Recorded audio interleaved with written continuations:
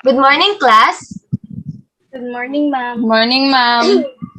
Well, I was disappointed about the results of your exams, class.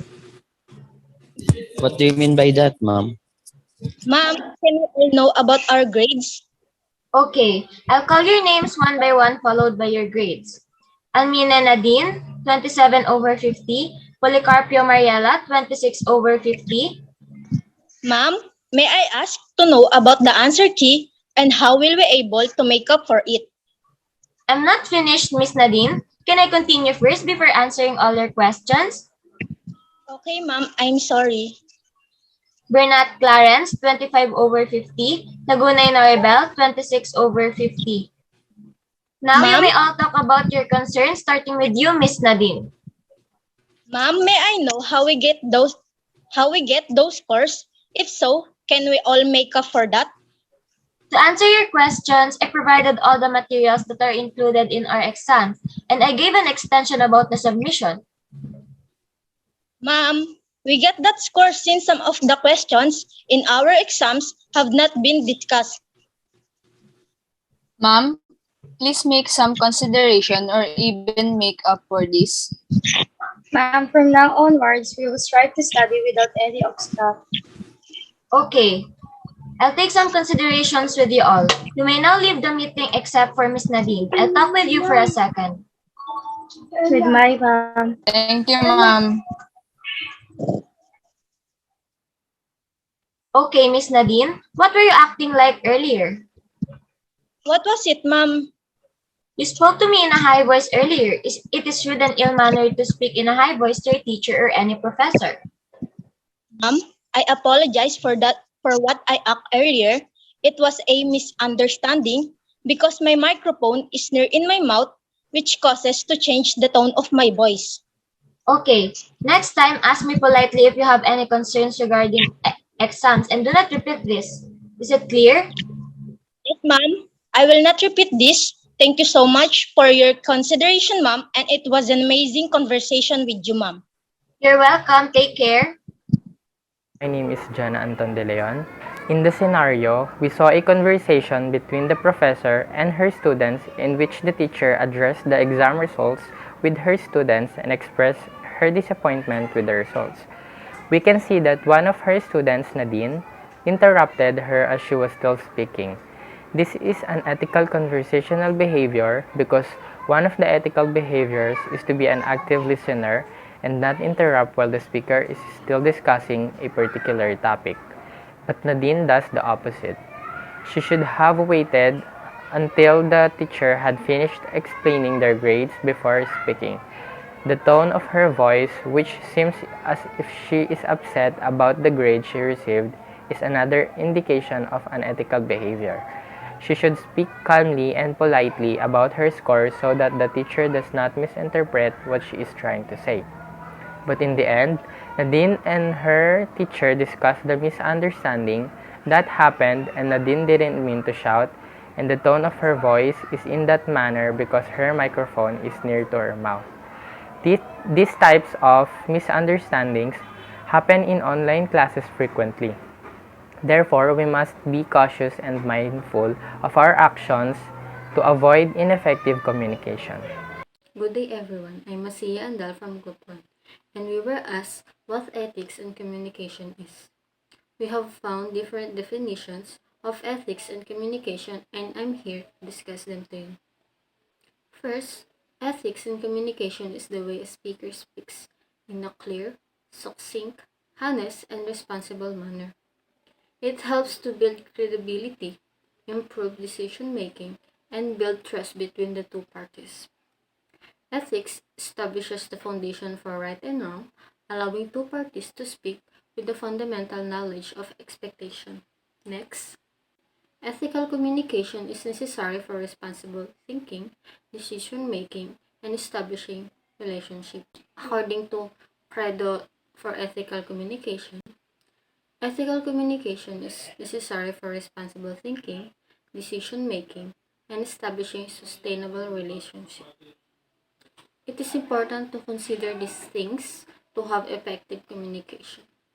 Contrary to that, If one person has unethical communication towards other, he is considered a less effective communicator. Ethical communication is defined as the moral principle that governs right and wrong aspects, moral and immoral dimensions. Following ethics in communication can result in a fulfilling life that is also the outcome of establishing trusted and compassionate connection with others, which comes from making ethical decisions. Next. Ethical communication is a form of communication based on a specific professional principle such as honesty, conciseness, and accountability in one's statements and actions. May who believes that it is essential for making meaningful decisions and thinking responsible. It's about creating connection and forming communities inside and between contexts, cultures, channels, and nature. Next, ethics in communication serve as the code of conduct in conversing with others. Language, sign, media, and journalism are used to convey one's thoughts and deliver it effectively, concisely, and in the right manner. According to Merrill J.C., speaking settings, the audience you have, the thought you wanted to convey, the appropriate mood you want to set, and the way or tone on how you deliver the talk are some of the examples of communication ethics. These are the things we have to keep in mind to make sure that the conversation we are having is being comprehended well by our listeners. Next, ethical communication defines that honesty, concern for others, fairness, and integrity are among the ethical behavioral. Within and between context, cultures, channels, and media, ethical communication is essential for responsible thinking, decision making, and the formation of relationships and communities. Furthermore, ethical communication promotes honesty, fairness, responsibility, personal integrity, and respect for oneself and the others, all of which contribute to a person's value and dignity. We believe that unethical communication compromises the quality of all communication and, as a result, the individual and societal well-being. Next, ethics and communication will help you build better relations with other individuals and also start respecting you. Aman Bisla stated that this gave good energy to both the receivers and the provider, meaning that a person who behaves properly with others will be treated with the same respect. As a result, when talking with people, one must refrain from inappropriate behavior, immorally or unethically. Next is the development and analysis of morality in all dimensions and forms of communicative contact is the focus of communicative ethics research. Because all human interaction incorporate both communication and ethics, ethical dilemmas arise on a daily basis for both intentional and unintentional reasons. Mandelbaum stated that it's important to bring your own experience into the conversation with your business audience because it provides real support for your ideas. Next, ethical communication develops as the narrative unfolds. The speaker tells his or her story to the listener in a logical order while connecting their emotion. The listener, on the other hand, will fully comprehend their part in the larger narrative. Next, ethical communication is defined as a principles that is acceptable in communicating that align with the rules in one's business. Mandelbaum describes ethics in communication as a type of communication that attach the business values such as being honest, responsible with one's words, and accepting the results of one's action. Next, communication by definition is a two-way process of exchanging information. But when we say ethical communication, it involves rational thinking which distinguishes right from wrong. It is also affected by the morals or philosophy of the sender and the receiver. Thus, ethical communication promotes human worth and dignity by encouraging honesty, fairness, responsibility, personal integrity, and respect for oneself and others. For instance, person A has developed his feelings to his friend person B, but the case is that person B is currently dating person C. Ethical communication will be done to A and B, A and C, or B and C. Like what I have said, the confrontation of the three agents must be based on upright morals, showing honestly, responsibility, and respect and personal integrity. Next, in all elements of communicative engagement, communication ethics is concerned with the creation and evaluation of goodness. Lipari argues that everyday life is rife with purposeful and inadvertent ethical dilemmas, from reaching for a cup of coffee to speaking critically in a public meeting, because both communication and ethics are implicit or apparent in all human interactions. As a result, ethical concerns forbade all aspects of the subject, including rhetoric, media studies, intercultural or international communication, relational, and organizational communication in the other variation.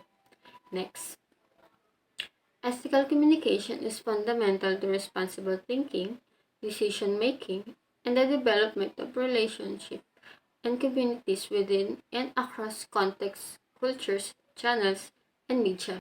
Effective communication can be achieved if we communicate ethically, as it helps overcome communication barriers. Lastly, ethical communication, a set of principles.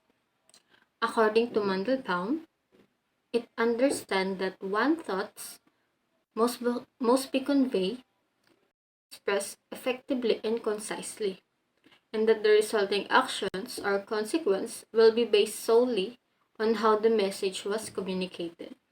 Now that we know what ethics in communication is, you must wonder what are the things you need to do in order to apply ethics in communication. Margaret Mortel is here to tell us all about it. Thank you, Masia Andal. Moving on to the discussion, here are the things that one must do to show ethical communication. Number 1 is be an active listener. According to Mandelbaum 2020, hearing and listening to someone are two different things. Actively listening to a speaker and letting the speaker finish first is a must for an effective and ethical communication to happen. Because a receiver who is not listening and understanding well what the speaker is trying to say may lead to miscommunication. Next is language use. Speakers must use language that listeners comprehend in order to communicate ethically. The use of language should be considered in every conversation. If this is ignored, miscommunication may occur. To support my claim, people in different countries speak different languages, and utilizing foreign phrases when speaking to a non-native speaker increases the likelihood that the native speaker do not understand or misinterpreted what you are saying. My best friend and her mother traveled to Saudi Arabia to see her father, and while there, she stated that she is having trouble understanding what the people there are saying. And that is exceptionally difficult because the people sometimes use terminology that a Filipino who is not familiar with the language would not understand. Next is avoid a negative tone. According to Mandelbaum 2020, ethically communicating assumes that the speaker will avoid rudeness, be polite and professional, and have tact. The ethical communicator knows that it's important not only what you say but also how you say it. Moving on, be truthful and honest. Mandelbaum 2020 argues that honesty, transparency, and truthfulness of the topics are also important. With this, talks or conversations can be interesting for many. Also, it will lead to a non-judgmental discussion as we use facts with basis in evidences while talking. Active listening is very important for the speakers. It means that they are effective as the one in front. To achieve this, there must be rules to set, guidelines to follow, and responsibility to lay hold of. Next is ensuring transparency and honesty. Doshi 2020 point out that only communicate what you know to be true. Ethics can be tough in this situation since if only 1% of what you say is false, it is still considered immoral. Being completely transparent means generating accurate representation. Disclose all relevant information including cautions and negatives. No matter how little they may appear, despite the fact that many people associate public relations with a spin, we should never adjust the story to fit our audience expectations. Next is dilemmas we face while communicating with others. Bishla 2018 believes that we sometimes encounter persons with very short temper, behavior, and too much angry or nonsense to control. During those moments of time, we have to control ourselves, otherwise we may behave like them only, and this is the biggest dilemma of choosing to say something or not to say something. Hence, when one is facing any such dilemma, one must control his or her emotions rather than speaking out in a wrong manner with others. Next is strive to understand. Mandelbaum 2020 stated that listeners should only pay attention but also make an effort to fully absorb what is being stated before responding. Selecting an appropriate time and location. At first, in communication between the speaker and listener, it would be difficult for them selecting the appropriate time and location. At first, in communication between the speaker and listener, it would be difficult for them to communicate. However, Doshi 2022 stated that the tactful and mindful in choosing the most appropriate time and place to communicate. So the listener must be able to convey his or her ideas within a particular time frame while being careful to not omit any important points. The speaker or sender should be ready to accept the responsibility for the actions that come from one's words in communication, whether will be good or bad. It also includes the consequences that one will be facing, may it be long or short term. Mandelbaum 2020 believes that it is important to consider your audience's preferred channel of communication, in such as email, phone call, conference call, or face-to-face. Also, body language is an option in communication when you use face-to-face as your channel. Development of relationship. Mandelbaum 2020 describes that relationship development is the art of communication that allows people to express themselves in order to build relationships. When we try to develop relationships within themselves, it is critical that there be no confusion or misunderstandings. To achieve this, ethical communication principles must be followed, ensuring that all parties receive the consistent truth and understand what needs to be done and how it should be done. Knowing who your audience is. Remember, communication is always a two-way path. We don't just want to get a message across to the community through community participation. It's also a response we get, which is primarily determined by how well the message was received. This implies that we must consider any language limitations that the audience may encounter and strive for representation in our word choices. Avoid using highfalutin words and jargons. Good communications doesn't mean big words. Make your message easily understandable by whoever is listening by avoiding usage of highfalutin words and jargons, as this sometimes acts as a wall between you and your audience. Non-judgmental behavior. Robson J. stated that in a conversation and interaction, non-judgmental behavior means that you don't see something as good or bad, right or wrong. And that is for today. We hope that you have learned something. See you guys next time.